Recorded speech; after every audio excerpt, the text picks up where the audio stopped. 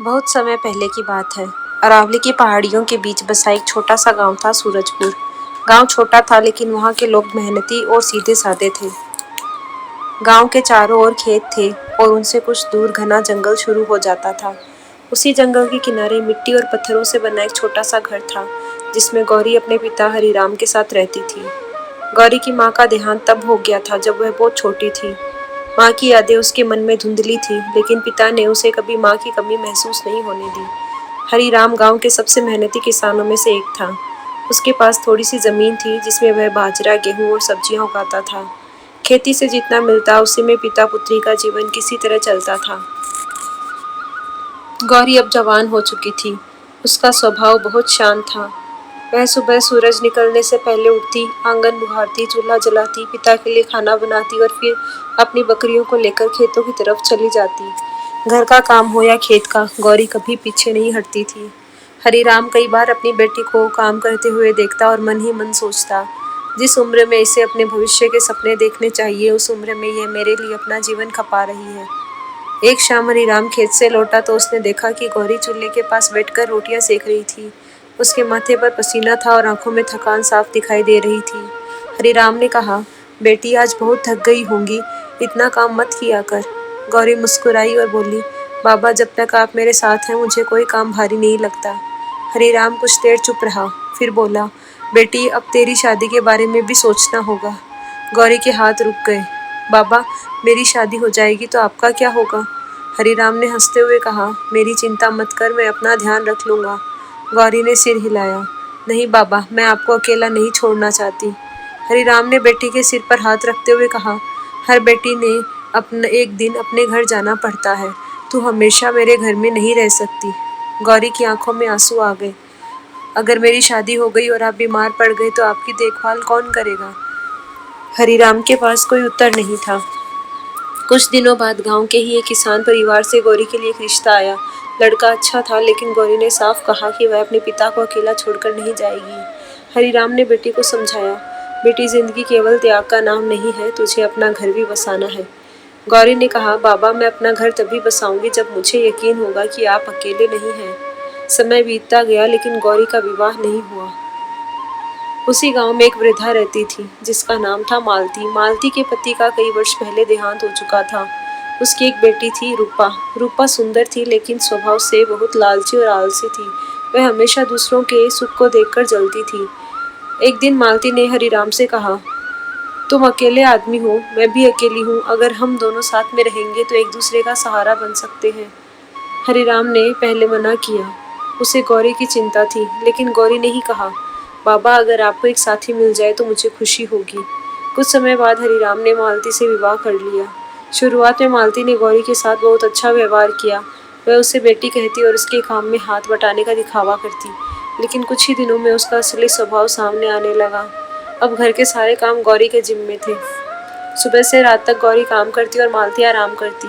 रूपा भी अपनी माँ की तरह गौरी को आदेश देती रहती, गौरी मेरे कपड़े धो दो, गौरी मेरे लिए खाना बना दो, गौरी मेरी चप्पल साफ कर दो। गौरी सब कुछ चुपचाप करती रही। उसे डर था कि अगर उसने पिता से शिकायत की तो घर में झगड़ा हो जाएगा। एक दिन रूपा ने अपनी माँ से कहा, माँ गौरी की शादी हो गई तो घर का सारा काम कौन करेगा? मालती ने कहा, इसीलिए तो इसे ज्यादा काम में लगाए रखो। दोनों हंसने लगी। गौरी ने उनकी बातें सुन ली, लेकिन उसने कुछ नहीं कहा। एक दिन सावन का महीना था। गांव के पास कई दिनों से बारिश नहीं हुई थी। खेत सूख रहे थे और पशुओं के लिए पानी की समस्या बढ़ती जा रही थी। गौरी अपनी बकरियों और गाय को लेकर जंगल की तरफ निकल गई। जंगल के भीतर एक पुराना कुआं था, जिसे गांव वाले चांदनी कुआं कहते थे। कहा जाता था कि पूर्णिमा की रात उस कुएं का पानी चांदनी की तरह चमकता है। गांव के बुजुर्ग कहते थे कि वह कुआं साधारण नहीं है, लेकिन किसी ने कभी उसकी सच्चाई नहीं देखी थी। गौरी अक्सर उस कुएं के पास पशुओं को पानी पिलाने जाती थी। उस दिन दोपहर बहुत गर्म थी। पशु प्यास से परेशान थे। गौरी उन्हें लेकर चांदनी कुएं तक पहुंची। जैसे ही उसने कुएं से पानी निकालने के लिए रस्सी नीचे डाली, उसे भीतर से किसी के कराहने की आवाज़ सुनाई दी। गौरी चौंक गई। उसने झुककर कुएं में देखा। नीचे अंधेरे में एक छोटा सा सफ़ेद हिरण फंसा हुआ था। उसके पैर में चोट लगी थी और वह पानी के पास बड़ा कांप रहा था। गौरी तुरंत गांव लौट सकती थी, लेकिन उसके मन में ऐसा करने नहीं दिया। उसने आसपास देखा, पास ही एक मजबूत बेल लटक रही थी। उसने बेल को रस्सी से बांधा और धीरे धीरे कुएं में उतर गई। काफी मेहनत के बाद उसने हिरण को अपनी गोद में उठा लिया और ऊपर ले आई। हिरण डर रहा था। गौरी ने उसके घाव पर पानी डाला और अपनी ओढ़नी का एक टुकड़ा फाड़कर उसके पैर में बांध दिया। वह बोली, डर मत, मैं तुझे कुछ नहीं होने दूंगी। अचानक जंगल में तेज हवा चलने लगी। पेड़ों के पत्ते जोर जोर से हिलने लगे। गौरी ने चारों ओर देखा। तभी उसे कुछ दूर लोगों की आवाज सुनाई दी। 3 शिकारी जंगल की ओर बढ़ रहे थे। उनके हाथों में धनुष और जाल थे। एक शिकारी चिल्लाया, हिरण यहीं कहीं गया है, उसे ढूंढो। गौरी ने घायल हिरण को तुरंत झाड़ियों के पीछे छिपा दिया और खुद उसके सामने खड़ी हो गई। शिकारी उसके पास आए। एक ने पूछा, लड़की, क्या तुमने सफेद हिरण को यहाँ आते देखा? गौरी ने शांत स्वर में कहा, नहीं, मैं तो अपनी गायों को पानी पिला रही हूँ। शिकारी ने आसपास देखा। उसे कुछ दिखाई नहीं दिया। कुछ देर बाद वे आगे बढ़ गए। जब उनकी आवाज दूर हो गई तो गौरी ने हिरण को बाहर निकाला। लेकिन तभी हिरण ने उसकी ओर देखा और उसकी आंखों में एक अजीब चमक दिखाई दी। गौरी पीछे हट गई। अचानक पूरा जंगल सुनहरी रोशनी से भर गया। हिरण का शरीर चमकने लगा। कुछ ही क्षणों में उसके स्थान पर सफेद वस्त्र पहने एक दिव्य स्त्री खड़ी थी। उसके माथे पर चंद्रमा के आकार का चिन्ह था। गौरी डरकर जमीन पर बैठ गई। दिव्य स्त्री ने कहा, डरो मत गौरी। गौरी ने कांपते हुए पूछा, आप मेरा नाम कैसे जानती हैं? दिव्य स्त्री मुस्कुराई, मैं चांदनी वन की रक्षिका हूँ। वर्षों से मैं इस जंगल और इसके जीवों की रक्षा करती आई हूँ। आज मैंने तुम्हारी दया की परीक्षा ली थी। गौरी ने हाथ जोड़ दिए। मुझे नहीं पता था कि आप कौन हैं, मैंने तो बस एक घायल जीव की मदद की थी। रक्षिका बोली, यही तुम्हारी सबसे बड़ी अच्छाई है। तुमने यह सोचकर मदद नहीं की कि बदले में तुम्हें क्या मिलेगा। तुमने केवल इसलिए मदद की क्योंकि सामने एक असहाय जीव था। गौरी चुप रही। रक्षिका ने कहा, मैं तुम्हें एक वरदान देना चाहती हूँ। मांगो, तुम्हें क्या चाहिए?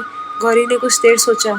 उसके सामने धन, सोना, महल और आभूषण की कल्पना की जा सकती थी, लेकिन उसके मन में अपने पिता का चेहरा आया। फिर उसे सूखे खेत याद आए। उसने कहा, मुझे अपने लिए कुछ नहीं चाहिए। अगर आप मुझे वरदान देना चाहती है तो ऐसा कर दीजिए कि हमारे गांव के खेतों में कभी पानी की कमी ना हो, गरीब किसान अपने पशुओं को पानी पिला सके। दिव्य स्त्री की आंखों में प्रसन्नता आ गई। तुम अपने लिए धन नहीं मांगा, इसलिए तुम्हें ऐसा वरदान मिलेगा जो तुम्हारे साथ साथ पूरे गांव का जीवन बदल देगा। उसने अपनी हथेली जमीन पर रख दी। अचानक धरती कांपने लगी। पास की सूखी जमीन में दरारें पड़ गई। फिर उन्हीं दरारों से पानी की धार निकलने लगी। कुछ ही क्षणों में वहां एक विशाल स्वच्छ तालाब बन गया। तालाब के चारों ओर हरे पेड़ उगाए। आम, नीम, जामुन, पीपल के पेड़ कुछ ही पलों में बड़े हो गए। तालाब के किनारे हरी घास उगाई। गौरी आश्चर्य से सब देखती रही। रक्षिका ने कहा, आज से ये चांदनी सरोवर तुम्हारे गांव के लोगों के लिए है, लेकिन एक बात याद रखना, जब तक इसका पानी जरूरतमंदों के लिए इस्तेमाल होगा यह कभी नहीं सूखेगा। यदि किसी ने लालच से इसका पानी अपने अधिकार में करने की कोशिश की तो इसकी शक्ति समाप्त हो जाएगी। गौरी ने सिर झुका दिया। मैं वचन देती हूँ। रक्षिका अदृश्य हो गई। गौरी ने गांव लौटकर पूरी बात किसी को नहीं बताई। उसने केवल इतना कहा कि जंगल में उसे एक जल स्रोत मिला है। अगले दिन गांव वाले वहां पहुंचे। जब उन्होंने विशाल तालाब और हरे पेड़ों को देखा तो सबकी आंखें खुली रह गई। कुछ ही दिनों में गांव की तस्वीर बदल गई। खेतों में पानी पहुंचने लगा। पशुओं के लिए घास उगने लगी। गरीब किसान भी अपने खेतों में फसल उगाने लगे। हरिराम अपनी बेटी को देखकर गर्व से भर जाता, लेकिन मालती और रूपा को यह सब अच्छा नहीं लगा। एक दिन रूपा ने कहा, माँ, सोचो अगर इस तालाब का पानी हमारे खेत में ही आए तो हम पूरे गांव से ज्यादा अमीर हो सकते हैं। मालती ने कहा, सही कहा, हमें इस पानी पर अपना अधिकार कर लेना चाहिए। रूपा बोली, लेकिन माँ, गांव वाले विरोध करेंगे। मालती ने मुस्कुराकर कहा, जहाँ लालच होता है वहाँ चालाकी काम आती है। कुछ दिनों बाद राज्य के राजा देवेंद्र को चांदनी सरोवर की खबर मिली। राजा स्वयं उस स्थान को देखने पहुंचे।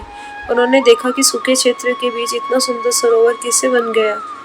राजा ने मंत्री माधव से कहा, इस रहस्य का पता लगाओ। तभी गौरी वहां पशुओं को पानी पिला रही थी। राजा ने उससे पूछा, यह सरोवर किसने बनवाया? गौरी ने कहा, महाराज, मुझे नहीं पता इसे किसने बनाया, लेकिन यह गांव के हर जरूरतमंद के लिए है। राजा उसके उत्तर से प्रभावित हुए। उन्होंने पूछा, तुम्हारा नाम?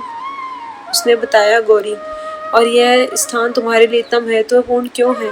गौरी बोली, क्योंकि यहाँ किसी को प्यासा नहीं लौटना पड़ता। राजा मुस्कुराए।